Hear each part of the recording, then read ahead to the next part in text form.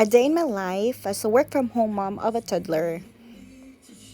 So since it's my rest day, I took this opportunity to register our vehicle. So you can just check LTO for the schedule for your vehicle registration.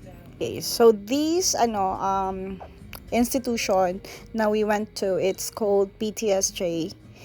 It's sa Ecolan ni siya dapit. So unahan lang gini siya sa SM Ecolan sa likod.